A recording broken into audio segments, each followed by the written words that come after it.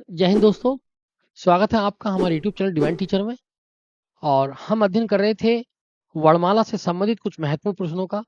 तो हमने इससे पहली वीडियो में स्वर से संबंधित जितने भी महत्वपूर्ण क्वेश्चन जो एग्जाम में पूछे गए हैं उन सबका अध्ययन किया। और आज जो हम अध्ययन करेंगे वो व्यंजन से संबंधित कुछ महत्वपूर्ण प्रश्नों का अध्ययन करेंगे।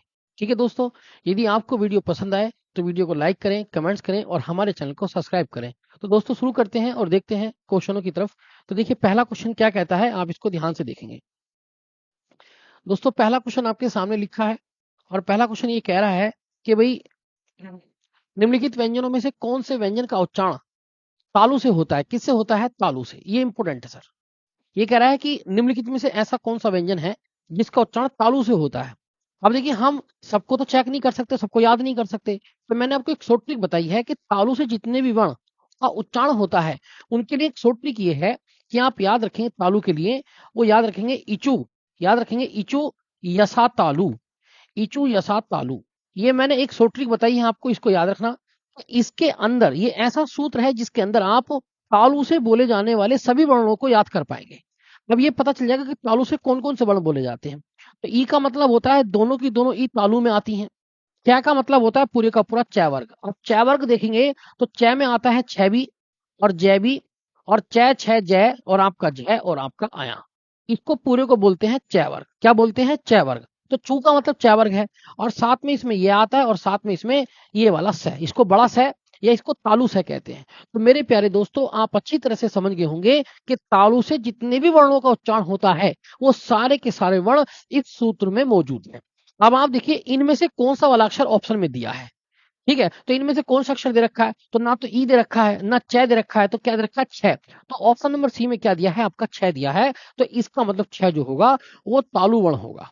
ठीक है, अगला क्वेश्चन क्या कह रहा है सर? देखिए अगला क्वेश्चन कह रहा है लुंठित ध्वनि बताइए। लुंठित ध्वनि, ये क्वेश्चन कई बार आता है, लुंठित वर्ण कौन सा है? तो ये स्पेशल याद रखना है, बहुत इंपोर्टेंट, कि जो रे वर्ण है रे, इसको लुंठित वर्ण कहा जाता है। क्या कहा जाता है? इसको लुंठित वर्ण कहा जाता है। अब आप सोचेंगे लुंठित वर्ण, इसका दूसरा नाम आता है प्रकंपित। प्रकंपित, तो इसको प्रकंपित वर्ण भी कहते हैं। और इसका एक नाम और है अगर आप देखेंगे दोस्तों, तो वह है कंपन जात। कंपन जात, इसको कंपन जात वर्ण भी कहते हैं। ठीक है, तो आप यहां पर याद रखेंगे कि रै को कहा जाता है लुंठित वर्ण या कंपन जात या कहते हैं प्रकंपित। जब इसे लुंठित क्यों कहा जाता है तो यहां पर आप देखेंगे तो रै कंपन जात है, तो उत्तर रै होगा। अब आप सोचेंगे लुंठित क्यों कहते हैं? तो लुंठित का मतलब होता है कि जब आप इस अक्षर को बोलते हैं तो आपकी जीभ मध्य तालु से टकराकर तेजी से नीचे गिरती है। आप देखेंगे रै, तो ऊपर जीभ लेके जाएंगे आप तालु में और तुरंत नीचे गिरेंगे रै। या फिर आप ये कह लीजिए कि जीभ का ऊपर उठ करके मुड़ जाना, ये कहलाता है लुंठित। और इसे प्रकंपित या कंपन जात क्यों कहते हैं? क्योंकि जब हम रै का उच्चारण करते हैं तो हमारी जो जीभ है वो कांपती है। जैसे आप देखेंगे रै रै, तो कांपेगी सर मेरे भाई, इसलिए इसको कंपन जात कहते हैं। तो ये इंपोर्टेंट याद रखेंगे, बहुत बहुत इंपोर्टेंट याद रखेंगे। चलिए दोस्तों हम अगले क्वेश्चन की तरफ बढ़ लेते हैं, बहुत ही इंपोर्टेंट। हमारे पास अगला क्वेश्चन कह रहा है कि भाई यह किस प्रकार की ध्वनि है, यानी यह ध्वनि किस प्रकार की है? क्या ये तालु है, दंत है या कंठ है या कंठोष्ठ है? तो मेरे भाई आपको याद रखना है, इंपोर्टेंट हमेशा याद रखना है कि यह काय में आता है। तो मैं आपको एक सूत्र अभी पीछे पढ़ाया हूं, सूत्र क्या है? तो सूत्र मैंने बताया था इचू यसा तालु, इचू यसा तालु। तो भैया अगर आप देखेंगे तो तालु वाले सूत्र में, अगर आप देखेंगे तालु वाले सूत्र में यह आ रहा है। क्या आ रहा है? यह, इचू यशा तालु यह। तो इसका मतलब यह काय में आता है? तालु में आता है। और सलजम वाला जो स है ये भी काय में आता है? तालु में। और चैवर काय में आता है? तो भी तालु में। तो यह जो आता है वो तालु में आता है, तो ये होगा तालव्य वर्ण। और यही आपका क्या होगा? करेक्ट आंसर होगा सर। ठीक है, ये आप इंपोर्टेंट याद रखेंगे, यह किस प्रकार की ध्वनि है? तो तालु ध्वनि, तालु से इसका उच्चारण होता है। और याद रखेंगे एक इंपोर्टेंट बात और, कि बोले जो यह है और इसके साथ में जो वह है, इनको अर्ध स्वर कहा जाता है, इनको अर्ध स्वर कहा जाता है। और दूसरी बात, इन दोनों सूत्रों, इन दोनों वर्णों के बारे में याद रखेंगे, इनको संघर्षहीन, संघर्षहीन व्यंजन कहा जाता है।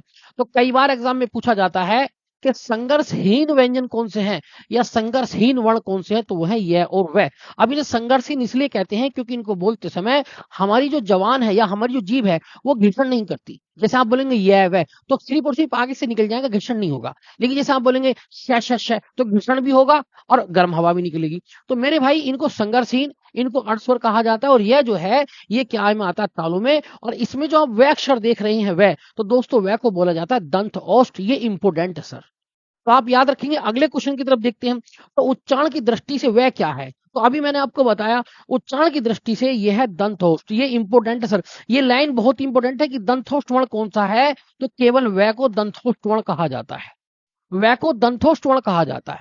और अगर आप देखेंगे कंठ तालु में कौन आते हैं, तो मैं आपको बताना चाहता हूं ए और आई ये कंठ तालु में आते हैं। और कंठोष्ठ में कौन आते हैं, तो ओ और औ ये कंठ ओष्ठ में आते हैं। इनको याद करने का तरीका है, इसमें ओ आ रहा है ना, ओ कंठ ओष्ठ ओ आ रहा है, तो दोनों ओ हो गए, और कंठ तालु ए और आई हो गए। आप इनको जरूर याद रखेंगे। अगले क्वेश्चन की तरफ बढ़ते हैं दोस्तों। अगला क्वेश्चन हमारे सामने दे रखा है क्या, कि भाई निम्नलिखित में से कौन से व्यंजन महाप्राण है।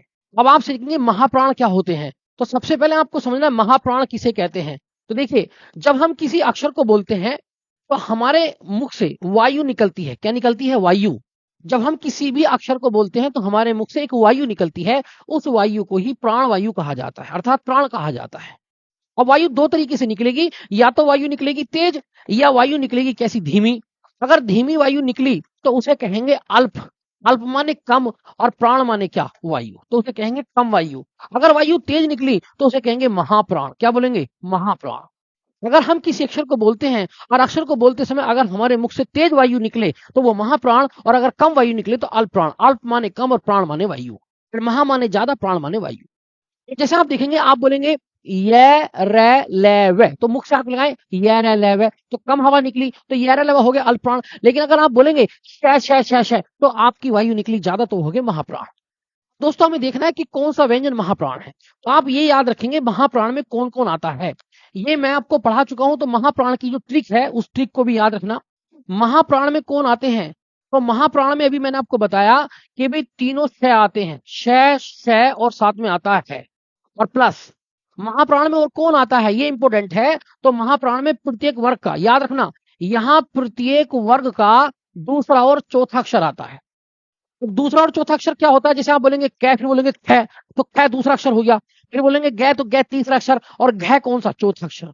अब यहां पर कह रहा है कि कौन सा महाप्राण है। तो महाप्राण में अगर आप देखेंगे तो 11 अल्प प्राण है, कम हवा निकल रही है।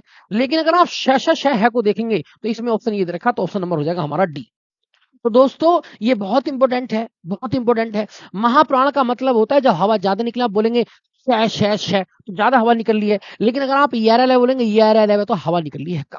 और या फिर आप याद रख सकते हैं, महाप्राण किसी वर्ग का दूसरा चौथा अक्षर होता है और साथ में तीनों श अर्थात है। तो आप ये याद रखेंगे। दोस्तों अगले क्वेश्चन की तरफ चलते हैं। और अगला क्वेश्चन क्या कह रहा है सर, इसको ध्यान से देखिए। तो मेरे प्यारे भाई, यहां पर हमारे पास में अगला क्वेश्चन कह रहा है काकल्य वर्ण कौन सा है, काकल्य। तो काकल्य वर्ण के बारे में इंपॉर्टेंट याद रखना, ये क्वेश्चन कई बार पूछा गया है। काकल्य वर्ण के बारे में कई बार आता है। तो काकल्य का वर्ण का जो मतलब होता है वो होता है आपका रसदार। काकल्य का मतलब होता है रसदार, जिसमें रस हो। अब ये देखेंगे तो काकल्य वर्ण कौन सा है, काकल्य वर्ण। तो आप स्पेशल याद रखेंगे काकल्य वर्ण कौन सा, तो आप याद रखेंगे है हल। तो है हल को काकल्य वर्ण कहा जाता है, अर्थात रसदार वर्ण कहा जाता है। अब है को किस किस नाम से जाना जाता है, तो है को स्वर यंत्रीय व्यंजन भी कहते हैं, स्वर यंत्रीय व्यंजन। तो ये भी कई बार एग्जाम में पूछा गया है, स्वर यंत्रीय व्यंजन किसे कहते हैं, है को कहते हैं। उसके बाद में अगर आप देखेंगे तो है के बारे में दूसरा नाम आता है, इसको घोष वर्ण अर्थात सघोष वर्ण भी कहा जाता है। सघोष वर्ण, सघोष वर्ण कहा जाता है। और ये किस ध्वनि से बोला जाता है, तो ये गले की ध्वनि से बोला जाता है, इसको कंठ वर्ण भी कहते हैं। तो है को सघोष, कंठ, स्वर यंत्रीय और काकल्य वर्ण के नाम से जाना जाता है। किसके नाम से, काकल्य वर्ण। तो इसे काकल्य वर्ण कहते हैं है को। तो ये आपका क्या हो जाएगा, आंसर हो जाएगा। दोस्तों आपको अगर वीडियो पसंद आ रही हो तो वीडियो को लाइक करें और अपने दोस्तों में शेयर करें, कमेंट्स करें और हमारे चैनल को सब्सक्राइब करें। देखिए यहां से अगले क्वेश्चन को देखेंगे। तो मेरे भाई अगला क्वेश्चन क्या कह रहा है, ध्यान से सुनिएगा। अगला क्वेश्चन कहना चाह रहा है क्या, अंतस्थ और ऊष्म वर्ण कितने होते हैं, अंतस्थ और ऊष्म वर्ण। तो मेरे भाई अंतस्थ और ऊष्म वर्ण कितने होते हैं, तो याद रखेंगे अगर आप अंतस्थ देखेंगे तो अंतस्थ के बारे में समझेंगे तो ये होते हैं केवल 4। और आप ऊष्म व्यंजन की बात करेंगे तो ये भी होते हैं 4। तो कुल मिलाकर कितने हो गए, 8। तो हमारा ऑप्शन नंबर सी बिल्कुल सही होगा। ऊष्म कौन से होते हैं तो आप याद रखेंगे ऊष्म होते हैं तीनों शय, और आपका कौन सा होता है, ये होते हैं य व और र और आपके ल। तो चार ये कितने हो गए 8। ये कई बार एग्जाम में क्वेश्चन आता है तो याद रखेंगे अंतस 4 और 4 ऊष्म कितने हो गए 8। अगले क्वेश्चन को देखते हैं, र का विवरण क्या है। ये भाई इंपोर्टेंट क्वेश्चन है सर, र का विवरण क्या है, इस क्वेश्चन को ध्यान से समझते हैं। ये क्वेश्चन हमारे सामने लिखा है, र का विवरण क्या है। रੈ का विवरण होती है, रੈ में कौन कौन सी चीजें फिट होती हैं, तो रੈ की कुछ खास बातें हम आपको बताते हैं, रੈ को क्या कहा जाता है। तो मेरे भाई रੈ को लुंठित वर्ण कहा जाता है, अभी हमने आपको बताया लुंठित वर्ण। और लुंठित वर्ण केवल कौन से ऑप्शन में दे रखा है, तो लुंठित वर्ण केवल इस वाले ऑप्शन में दे रखा है, बाकी किसी ऑप्शन में लुंठित वर्ण नहीं दे रखा। तो इसलिए हमारा उत्तर हो जाएगा ए ऑप्शन।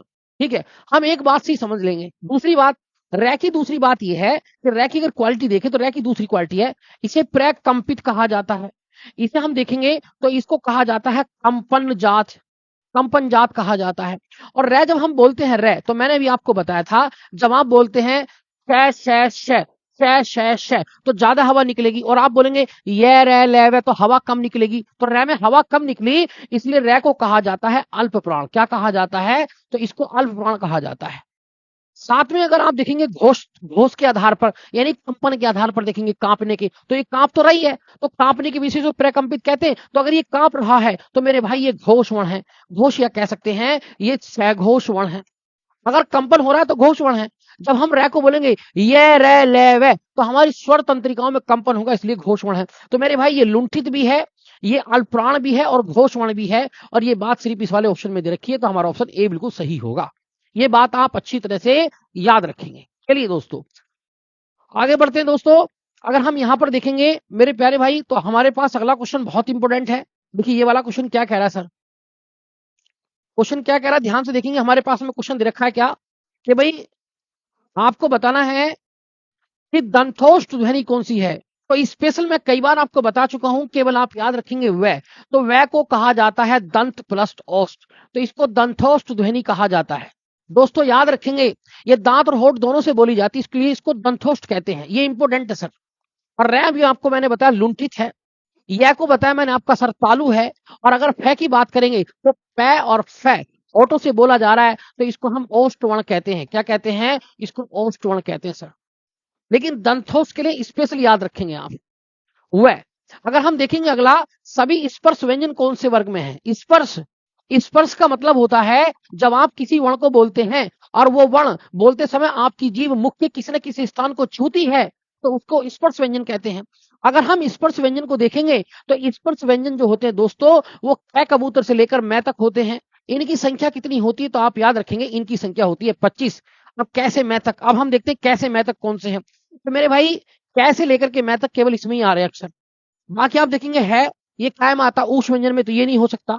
क्या रै आ गया, तो ये क्या है अंतस्थ व्यंजन, ये भी अंतस्थ व्यंजन। इसलिए कैसे लेकर के मैं तक जो अक्षर आपको मिलेंगे वो केवल इसमें ही मिलेंगे, इसमें ही है। इसलिए पहला वाला आंसर हमारा बिल्कुल सही होगा। यानी कैसे लेकर के मैं तक ये सारे के सारे क्या हैं, आपके स्पर्श व्यंजन हैं। उसके बाद में आते हैं आपके अंतस्थ व्यंजन, फिर उसके बाद में आते हैं ऊष्म व्यंजन। दोस्तों आगे चलते हैं इंपोर्टेंट क्वेश्चन की तरफ। तो अगला क्वेश्चन हमारे पास क्या कह रहा है, देखिए सर, वर्णों के व्यवस्थीकरण समूह को क्या कहते हैं। ये एग्जाम में कई बार क्वेश्चन पूछा गया सर, वर्णों के व्यवस्थित समूह को क्या कहते हैं। तो यहाँ पर दो बातें आती हैं, क्या उसे वर्ण समूह कहते हैं या वर्णमाला कहते हैं या शब्द भंडार कहते हैं, इनमें से कोई नहीं। तो मेरे दोस्तों याद रखेंगे, अगर केवल ये लिखा हुआ आता है, केवल ये लिखा हुआ आता है वर्णों के समूह को क्या कहते हैं, तो वर्णों के समूह को कहते हैं वर्ण समूह। ये बात आपको अच्छी तरह से दिमाग में रख लेनी है। अगर आता है वर्णों के समूह को क्या कहते हैं, वर्ण समूह। लेकिन अगर आता है व्यवस्थित समूह को क्या कहते हैं, तो व्यवस्थित समूह को कहते हैं वर्णमाला। क्या कहते हैं दोस्तों, वर्णमाला।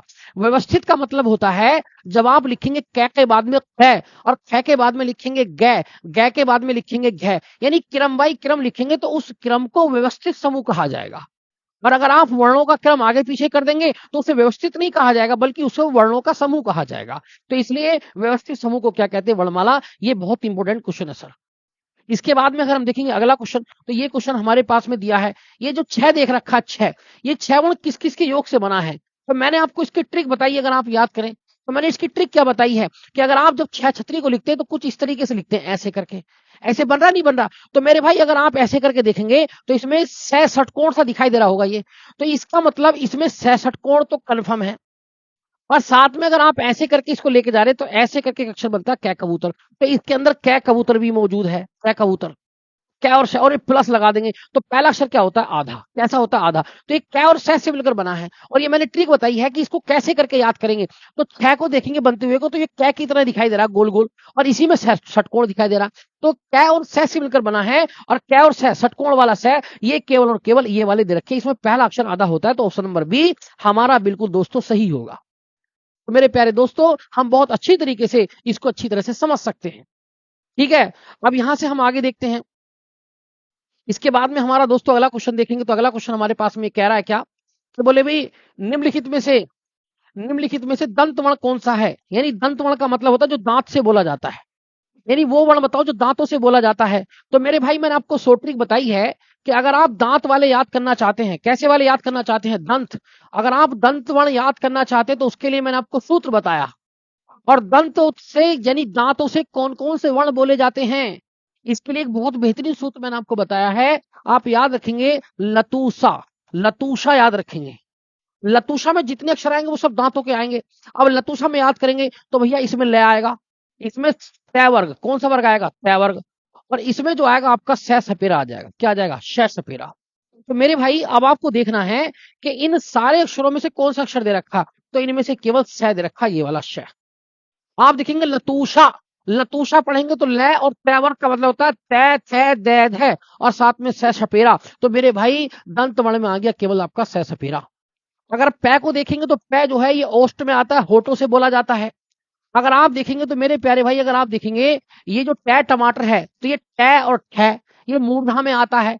इसको मूर्धन्य वर्ण कहा जाता है, इसको मूर्धन्य मूर्धन्य वर्ण कहते हैं। है को देखेंगे तो है गले से बोला जाता है, कंठ से, इसको कंठ वर्ण कहते हैं दोस्तों। अगले क्वेश्चन को देखेंगे, निम्न में अनुनासिक वर्ण कौन सा है? अनुनासिक, तो मैंने आपको बताया था, अगर आप देखेंगे तो ये वाला अक्षर आता अंगा, या, अड़ा, ना और मा। इनको प्रत्येक वर्ग का पंचम अक्षर कहते हैं। प्रत्येक वर्ग का जो पंचम अक्षर आप देखेंगे, प्रत्येक वर्ग का पंचम अक्षर जो होता है ये अनुनासिक होता है। और इन पांचों को हम नासिक के वर्ण भी कहते हैं, इनको हम नासिक के वर्ण कहते हैं, इनको हम अनुनासिक कहते हैं, अनुनासिक। इनको हम अनुनासिक भी कहते हैं, इनको हम पंचमा अक्षर भी कहा जाता है, इनको पंचमा अक्षर। अब इनमें से देखेंगे कौन सा वाला वर्ण है, लास्ट वाला। तो आप देखेंगे तो केवल मैं इसमें दिखाई दे रहा है, तो हमारा बी ऑप्शन उत्तर होगा। तो भैया पंचमा अक्षर कह लीजिए, या नासिक कह लीजिए, या फिर आप अनुनासिक कह लीजिए। तो प्रत्येक वर्ग का पांचवा अक्षर याद रखेंगे, प्रत्येक वर्ग का पांचवा अक्षर क्या है? अनुनासिक है। दोस्तों इसके बाद में हम आगे की तरफ बढ़ लेते हैं थोड़ा सा, और अगले क्वेश्चन की तरफ देखते हैं। अगले क्वेश्चन को देखेंगे तो हमारे पास अगला क्वेश्चन इस तरह का दे रखा है सर। क्या कह रहा है सर अगला क्वेश्चन? ध्यान से देखेंगे तो प्यारे दोस्तों ये बहुत आसान है। हिंदी भाषा में हर्ष स्वरों की संख्या कितनी है, यानी हर्ष स्वर कितने हैं? तो अगर हम देखेंगे मात्रा या उच्चारण के आधार पर, मात्रा या उच्चारण के आधार पर स्वर तीन प्रकार के होते हैं। अगर हम देखें तो ये लिखा है मात्रा, या लिखा है उच्चारण। मात्रा या उच्चारण के आधार पर स्वर होते हैं तीन प्रकार के। कितने प्रकार के दोस्तों? तीन प्रकार के। एक स्वर होता है जिसको कहते हैं हर्ष स्वर, यानी छोटा, इसको कहते हैं लघु स्वर। क्या कहते हैं? लघु स्वर। इसको कहते हैं एक मात्रिक स्वर। क्या बोलते हैं? एक मात्रिक स्वर। या फिर इनको कहते हैं मूल स्वर। क्या बोलते हैं? इनको मूल स्वर। या फिर इनका जो नाम होता है मूल के बाद भी इनका एक नाम होता है, इसको कहते हैं प्राकृतिक स्वर। इसको बोलते हैं प्राकृतिक, यानी अगर हम देखेंगे प्राकृतिक स्वर, इनको प्राकृतिक स्वर भी कहते हैं। दूसरे जो स्वर आते हैं तो दूसरे आते हैं, इसको बोलते हैं दीर्घ स्वर, या उनको कहते हैं गुरु स्वर, या उनको कहते हैं द्विमात्रिक। क्या बोलते हैं? द्विमात्रिक स्वर। और लास्ट में जो आते हैं वो आते हैं प्लुप स्वर। ये कौन से? प्लुप स्वर। इन्हें कहते हैं त्रिमात्रिक। क्या बोलते हैं? त्रिमात्रिक स्वर। तो दोस्तों मात्रा और उच्चारण के आधार पर स्वर जो होते हैं तीन तरह के होते हैं। एक हस्वर, हस्वर का नाम है लघु या एक मात्रिक या मूल स्वर या प्राकृतिक स्वर। मेरे भाई इनकी संख्या होती है केवल और केवल कितनी? चार। इनकी संख्या होती है केवल कितनी दोस्तों? चार। अब चार कौन कौन से? ध्यान से सुनिएगा। आपका ए, आपका ई, आपका उ और आपका री। ये केवल चार जो हैं, इनको चाहे आप लघु स्वर कह लीजिए, चाहे एक मात्रिक कह लीजिए, चाहे आप इनको हर्ष कह लीजिए। तो केवल चार है। कौन कौन से हैं? तो मैंने आपको बताया ये वाले हैं। और याद रखेंगे आपका ए, ई, उ और आपका री। दोस्तों आपको अगर ये फुल उच्चारण पढ़ने हैं तो मैं आपको डिस्क्रिप्शन में इस वीडियो की लिंक दे दूंगा, जिसमें मैंने आपको पूरे के पूरे स्वर पढ़ाए हैं, तो आपको बेहतर करके समझ में आ जाएंगे। दोस्तों इसके बाद में हम आगे की तरफ चलते हैं। यहां देखिए सर, ये बहुत इंपॉर्टेंट क्वेश्चन है सर, इसको ध्यान से देखते हैं। कह रहा है द, ए और कै और श और ऐसे मिलकर क्या बना। तो मेरे प्यारे भाई अगर आप इसको देखेंगे तो बहुत इंपॉर्टेंट है। यानी मैंने आपको बताया था कि जब आप किसी भी व्यंजन में छोटा आ जोड़ते हैं तो वो अक्षर पूरा होता है, केवल पूरा होता है। तो जब आप द में ए जोड़ेंगे तो द हो गया पूरा।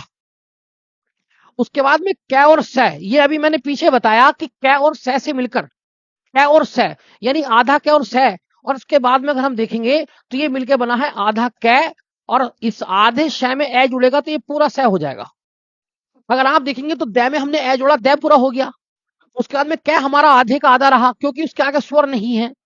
लेकिन अगर हम देखेंगे तो स से आगे छोटा आ है, अगर ये स इसमें जुड़ जाए तो ये व्यंजन पूरा हो जाएगा। अगर हम इससे आगे समझने की कोशिश करें तो मेरे प्यारे दोस्तों ये याद करना है, आधा कै और षटकोण से मिलाकर बनता है छह क्षत्रिय, और ये इंपोर्टेंट शब्द है सर। तो इससे छह क्षत्रिय बन जाएगा, तो ये द और ये बन जाएगा छह, ये हो जाएगा दक्ष, और ऑप्शन नंबर डी ये हमारा क्या होगा, ये हमारा आंसर होगा।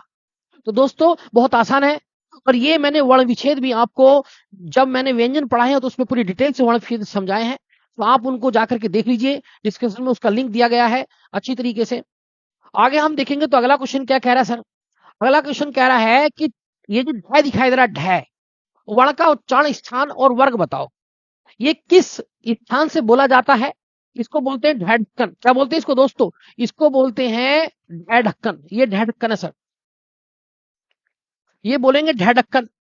अब ये जो ढ है, ये इसका उच्चारण बताइए। तो अगर हम देखेंगे तो ये बोला जाता है ट, ठ, ड और आपका ढ और आपका अण। ये ट वर्ग में आता है, और पूरे का पूरा जो ट वर्ग है वो बोला जाता है मूर्धा में। किसमें बोला जाता है, मूर्धा में। किसमें बोला जाता है दोस्तों, मूर्धा में। तो इसका उच्चारण हो गया क्या, मूर्धा। तो आप याद रखेंगे इसका उच्चारण हो जाएगा आपका मूर्धा। और साथ में किस वर्ग में आता है, तो यहाँ पे याद रखेंगे ट वर्ग में आता है। तो ये ट वर्ग का कौन सा अक्षर है ये भी आपको याद रखना है। तो ट वर्ग का कौन सा अक्षर है, टैट है, डेड है, तो कौन सा अक्षर है सर, ये चौथा अक्षर है। तो ट वर्ग का कौन सा अक्षर है, चौथा। और ये ट वर्ग का चौथा अक्षर क्या में दे रखा है, ये ऑप्शन नंबर ए में दिया है दोस्तों। ट वर्ग का चौथा अक्षर, ये बात आप जरूर से जरूर याद रखेंगे। अब हम आपको एक इंपोर्टेंट बात और समझाते हैं, उस बात को आप ध्यान से समझिएगा दोस्तों। यहां पर इस सवाल का उत्तर तो ये हो जाएगा, अगर हम देखेंगे तो ये डैडमरू है, इसको बोलते हैं ढ ढक्कन। अब इनसे दो शब्दों का नवीन नवीन शब्दों का उदय हुआ है, नव विकसित ध्वनि आई है इनके द्वारा। कौन कौन सी, एक तो आई है ये वाली अण वाली, और एक ये वाली आई है। अगर आप देखेंगे, जैसे आप देखेंगे तो आपने लिखा हुआ देखा होगा, जैसे आप देखेंगे सड़क, आपने सड़क में देखा होगा लिखा हुआ, या आप यहां पर देखते हैं आपने लिखा होगा कड़क, इसमें देखा होगा। तो ये जो दोनों आए हैं वो इन दोनों से मिलकर बने हैं। तो दोस्तों ये बात याद रखिएगा, इन दोनों को, ये नए बने हैं, नए, इसलिए इनको नवीन विकसित ध्वनियां कहते हैं। नव विकसित वर्ण कहा जाता है इनको, नव विकसित वर्ण, इनको नव विकसित वर्ण कहा जाता है। अब ये ध्वनि दूसरी भाषा से आई है, इसलिए इनको क्या कहते हैं, इनको संकर वर्ण कहते हैं। क्या कहते हैं, संकर वर्ण। संकर वर्ण का मतलब होता है जो दो भाषाओं से मिलकर बना हो। तो ये दो भाषाओं से आई है, कौन कौन सी, तो इनकी दो भाषा हैं, आप याद रखना, एक तो फारसी और एक आपका क्या, अरबी। ये अरबी और फारसी से मिलकर बने हैं, दोनों के दोनों। और इनका एक नाम और है, अगर हम देखेंगे तो इनका एक नाम है, इनको उत्क्षिप्त भी कहा जाता है, उत्क्षिप्त वर्ण कहा जाता है, उत्क्षिप्त। अब उत्क्षिप्त क्यों कहते हैं, तो अगर आप उत्क्षिप्त को देखेंगे, उत और क्षिप्त, उत माने उठना और क्षिप्त माने तेजी से गिर जाना। उत माने उठना और क्षिप्त माने दोस्तों तेजी से गिर जाना। तो जब हम इन अक्षरों को बोलेंगे तो हमारी जीभ ऊपर उठेगी और तेजी से गिरेगी। जैसे आप बोलेंगे सड़क, सड़क, तो ड़क बोलेंगे ना, ड़क, तो इसकी जीभ ऊपर उठेगी और तेजी से गिर जाएगी। तो इसलिए इनको उत्क्षिप्त वर्ण कहते हैं। तो ये एग्जाम में क्वेश्चन आता है, नवविकसित वर्ण बताइए या संकर वर्ण बताइए, और उत्क्षिप्त वर्ण कौन से ये बताइए। तो दोस्तों इन दोनों को भी याद रखिएगा। खैर दोस्तों हम आगे की तरफ बढ़ते हैं और हम अगले क्वेश्चन की तरफ बढ़ेंगे, इंपोर्टेंटली क्वेश्चन करेंगे सर। देखिए अगला क्वेश्चन हमारे पास स्क्रीन पर ये दे रखा है। क्वेश्चन में कह रहा है कि जीवा के आधार पर, किसके आधार पर, जीवा के आधार पर स्वर कितने प्रकार के होते हैं। यानी जीवा के आधार पर स्वर कितने प्रकार के हैं, ये इंपोर्टेंट है सर। तो अगर हम देखेंगे तो मेरे भाई जीव के आधार पर स्वर होते हैं 3 प्रकार के। कितने प्रकार के दोस्तों? 3 प्रकार के। नंबर 1 आप देखेंगे तो नंबर 1 आता है आपका जिसको कहते हैं हम अग्रस्वर, ये अग्रस्वर है। एक आता है आपका मध्य स्वर और एक आता है आपका पक्ष स्वर। याद कैसे करेंगे सर? तो जब आप किसी भी स्वर को बोलते हैं तो स्वर को बोलते समय आप अपनी जीभ को ध्यान से देखिए। आप बोलेंगे ए और आप बोलेंगे आ, ए आ। जीभ पर ध्यान दीजिए, मुंह पे नहीं, जीभ पे। ए आ, ए आ। तो ए बोलेंगे, जीभ बीच में पड़ी रहेगी, बिल्कुल बीचों बीच। तो छोटा आ भी बीच में पड़ी रहती है, इसलिए दोस्तों छोटे आ को मध्यस्वर कहा जाता है। इंपोर्टेंट, किसके आधार पर? जीभ के आधार पर। और जैसे आप बोलेंगे आ तो जीभ पीछे पहुंच गई, बड़ा आ हो गया, कैसा? पक्ष। और अगर आप देखेंगे, आप बोलेंगे ई ई ई ई ए, तो ई बोलेंगे तो सर अगली जो जीभ है आप यहां देखेंगे, इंपोर्टेंट, तो आपकी जीभ है ई और ए और आपका आई। ये जो अक्षर आप देख रहे हैं इस पर जीभ आगे रहेगी और ए में मध्य में रहेगी। इसके इनके बाद जो बाकी बचे वो सब पक्ष में आगे। बाकी क्या बचे? बाकी आपका ऊ बचा, आपका ओ बचा और आपका औ बचा। ये कहां में आगे सर? पक्ष में। तो वही पूछा गया जीभ के आधार पर स्वर कितने प्रकार के हैं। अब वो कौन कौन से इंपोर्टेंट होना चाहिए? आप अपनी जीभ पर ध्यान देंगे, जीभ पर बोलेंगे ए और आ बोलेंगे पीछे पहुंच जाएगी सर। अब आप बोलेंगे ई तो आगे जीभ रहेगी, जीभ पर ध्यान दे सर। इसके बाद में दोस्तों हम अगले क्वेश्चन की तरफ बढ़ते हैं। अगला क्वेश्चन हमारे पास बहुत इंपोर्टेंट क्वेश्चन है सर। अगला क्वेश्चन दिया है का उच्चारण स्थान बताइए सर। है का उच्चारण स्थान है किससे बोला जाता है? तो मेरे भाई है का उच्चारण स्थान है कंठ। क्या? कंठ। और कंठ में कौन कौन सी ध्वनि आती है इसके लिए मैंने सूत्र बताया आपको, अकु है विसर्ग। क्या बताया? अकु है विसर्ग। ए में आप देखेंगे दोनों आ जाते हैं, कै में पूरा का पूरा कै वर्ग आ जाता है और साथ में विसर्ग आ जाता है। तो मेरे भाई है आएगा काय में, कंठ में। अगला क्वेश्चन आपको दे रखा है अंतस्थ व्यंजन कौन सा? अंतस्थ व्यंजन का कौन सा वाला है? अंतस्थ। अंतस्थ कभी भी पूछा जाए तो अंतस्थ व्यंजन कौन से हैं? तो याद रखेंगे ये, रे, ले और आपका वे। और ये रे ले वे केवल आप इसमें देखेंगे 3 दे रखे हैं, 3 करके तो केवल बी ऑप्शन हमारा उत्तर होगा। तो दोस्तों उम्मीद आपको मेरी बात समझ में आ गई होगी। अगला क्वेश्चन देखते हैं सर। अनुस्वार किसका कार्य करता है? एग्जाम में कई बार आता है सर। अनुस्वार किसका कार्य करता है सर? ये कई बार पेपर में पूछा गया। बताइए सर, अनुस्वार किसका काम करता है सर?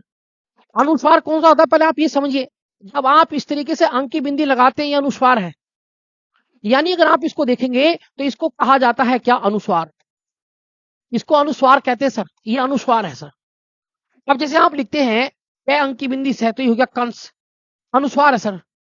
आप यहां पर लिखेंगे तो यहां पर लिखेंगे आप ये संकल्प, संकल्प लिखेंगे, अंक की बिंदी लगा दी तो ये क्या हो गया सर? ये आपका अनुस्वार है सर। आप इसी तरीके से अगर आप बोलते हैं क्या, बोले साहब आपका संतोष, तो संतोष क्या है सर? ये आपका अनुस्वार है।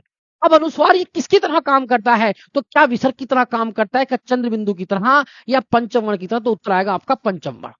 अब आप सोचेंगे पंचम वर्ण की तरह क्यों काम करता है? पहले आप ये समझिए कि पंचम वर्ण कौन कौन से हैं। तो मेरे प्यारे दोस्तों अगर हम देखेंगे ये वाला, ये और अण और आपका न और में, ये पंचम वर्ण है। क्यों है पंचम वर्ण? यहां से समझिए।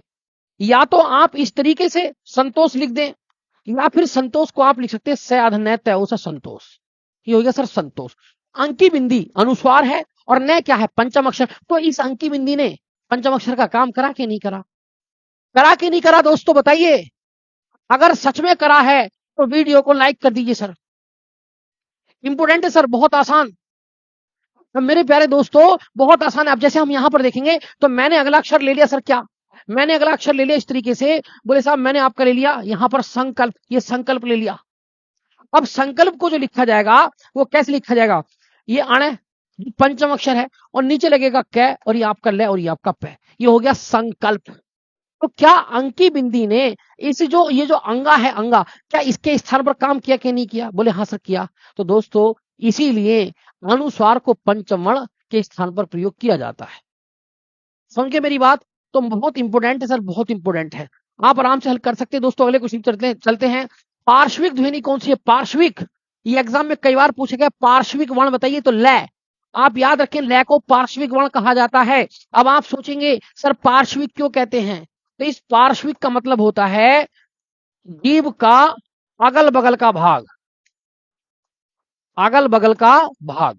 जब आप ल बोलेंगे, क्या बोलेंगे ल, जब ल बोलेंगे तो ल जो है तालू में लगेगी और जीभ के अगल बगल के भाग से अब हवा निकलेगी। आप बोलेंगे देखिए ल ल ल, तो जीभ के अगल बगल के जो भाग है वहां से ध्वनि निकलती है ल की, इसलिए इसको पार्श्विक कहा जाता है। पार्श्विक का मतलब होता है जीभ का अगल बगल का भाग। दोस्तों इसके बाद में हम अगले क्वेश्चन की तरफ चलते हैं। अगला क्वेश्चन हमारा ये कह रहा है कौन सा ऊष्म व्यंजन नहीं है। तो आप ये सोचेंगे ऊष्म व्यंजन कौन से होते हैं। सबसे पहले ऊष्म का मतलब समझिए, तो मेरे भाई ऊष्म व्यंजन उन्हें कहते हैं जिनका उच्चारण करते समय गर्म हवा निकलती है, उन्हें ऊष्म व्यंजन कहते हैं। ऊष्म कौन कौन से हैं, तो श, श, श और है, इन चारों को ऊष्म व्यंजन कहा जाता है सर। जब भी आप इन्हें बोलेंगे तो गर्म हवा निकलेगी। आप बोल के देख लीजिए श है, तो सर गर्म हवा निकलेगी सर। अब कौन सा वाला नहीं है, तो मेरे भाई यहाँ पर ग नहीं है, ग नहीं है, बाकी सारे ऊष्म व्यंजन है। अगला क्वेश्चन देखेंगे तो यहाँ पर क्वेश्चन कह रहा है क्या कि संयुक्त व्यंजन वैज्ञानिक किससे मिलकर बना है। ये सर बहुत इंपॉर्टेंट क्वेश्चन है सर, ये वैज्ञानिक किससे मिलकर बना है सर, इसको बताइए। अगर आप इसको देखने की कोशिश करें ये, तो इसमें जब आप देखेंगे तो इसको हमने ऐसे करके लिखा, पहले ऐसे करके बनाया, तो यहाँ पर ये ऐसे करके बनेगा सर जय। इसी में से बना रहा हूं सर, इसी में से, ध्यान से देखिए सर कितना कमाल का, बहुत आसान है सर, सर पल भर में कर सकते हैं सर। उसके बाद में अगर हम देखेंगे तो इसको कैसे बना रहे हैं, हम ऐसे करके बना रहे हैं, तो हम इसको अगर ऐसे करके कर दे तो आया बन जाएगा। क्या बन जाएगा, आया। ऐसे कर दिया आया बन गया, तो ये अगला वाला आधा होता है। तो जय और आया से मिलकर बनता है वैज्ञानी। तो दोस्तों जय और आया आप कहां दिखाई दे रहा होगा, ये दिखाई दे रहा है, तो यही आपका क्या है आंसर है दोस्तों। ये बहुत इंपॉर्टेंट है सर, मैंने आपको चारों सीट अच्छी तरह से सोट्रिक से पढ़ाए हैं। और भैया आज के आखिरी क्वेश्चन की तरफ चलते हैं दोस्तों। आज का आखिरी क्वेश्चन हमारे पास क्या है, तो आप देख लीजिए हिंदी वर्णमाला में व्यंजनों की संख्या कितनी है। ये कई बार एग्जाम में पूछा गया सर, हिंदी वर्णमाला में व्यंजनों की संख्या कितनी है दोस्तों। तो हिंदी वर्णमाला में व्यंजनों की संख्या अगर आपसे पूछी जाए तो आप जवाब देंगे सदैव 33। क्या देंगे, 33। अब यहां पर अगर आपसे पूछा जाता है क्या कि भाई आप बताइए मूल व्यंजन कितने हैं दोस्तों, तो मूल व्यंजन भी आपके 33 है। और आपसे पूछा जाए कि व्यंजनों की संख्या कितनी है, तो मेरे भाई व्यंजनों की जो संख्या है आप याद रखेंगे तो भी आपका 33 है। और अगर ये क्वेश्चन पूछा जाता है कि भाई व्यंजनों के मुख्य भेद बताइए, मुख्य भेद, व्यंजनों के मुख्य भेद कितने हैं, तो व्यंजन के मुख्य भेद हैं सर 3। कितने भेद है, 3। नंबर 1 आते हैं आपके स्पर्श व्यंजन, स्पर्श व्यंजन। और दूसरे व्यंजन आते हैं आपके जिसको कहते हैं अंतस्थ व्यंजन, ये अंतस्थ व्यंजन है सर। और तीसरे आते हैं आपके क्या, आपके ऊष्म व्यंजन, ऊष्म व्यंजन। केवल 3 प्रकार के व्यंजन है मुख्य रूप से। स्पर्श व्यंजनों की संख्या 25 है, इनकी भी 4 है और इनकी भी 4 है, तो कुल मिला के कितने हो गए सर, ये आपके 33 हो गए सर, 33। तो मैं आपको बताना चाहता हूं एग्जाम में क्वेश्चन आता है कि मूल व्यंजन अर्थात व्यंजनों में कौन कौन से व्यंजनों को गिना गया है, तो 3 व्यंजनों को गिना गया है, स्पर्श व्यंजन, अंतस्थ व्यंजन और ऊष्म व्यंजनों को। अब स्पर्श व्यंजनों की संख्या 25, 4 अंतस्थ व्यंजन और 4 ऊष्म व्यंजन, कुल मिलाकर के दोस्तों हो गए कितने, 33। तो इस तरीके से मूल व्यंजनों की संख्या कितनी है, 33। और 33 में केवल 3 प्रकार के व्यंजन ही गिने गए हैं। तो दोस्तों ये लास्ट क्वेश्चन था। जितने भी क्वेश्चन वर्णमाला में एग्जाम में पूछे जाते हैं उनमें हमने रखने की कोशिश की। यदि आपको वीडियो पसंद आए तो वीडियो को लाइक करें, कमेंट्स करें और हमारे चैनल को सब्सक्राइब करें।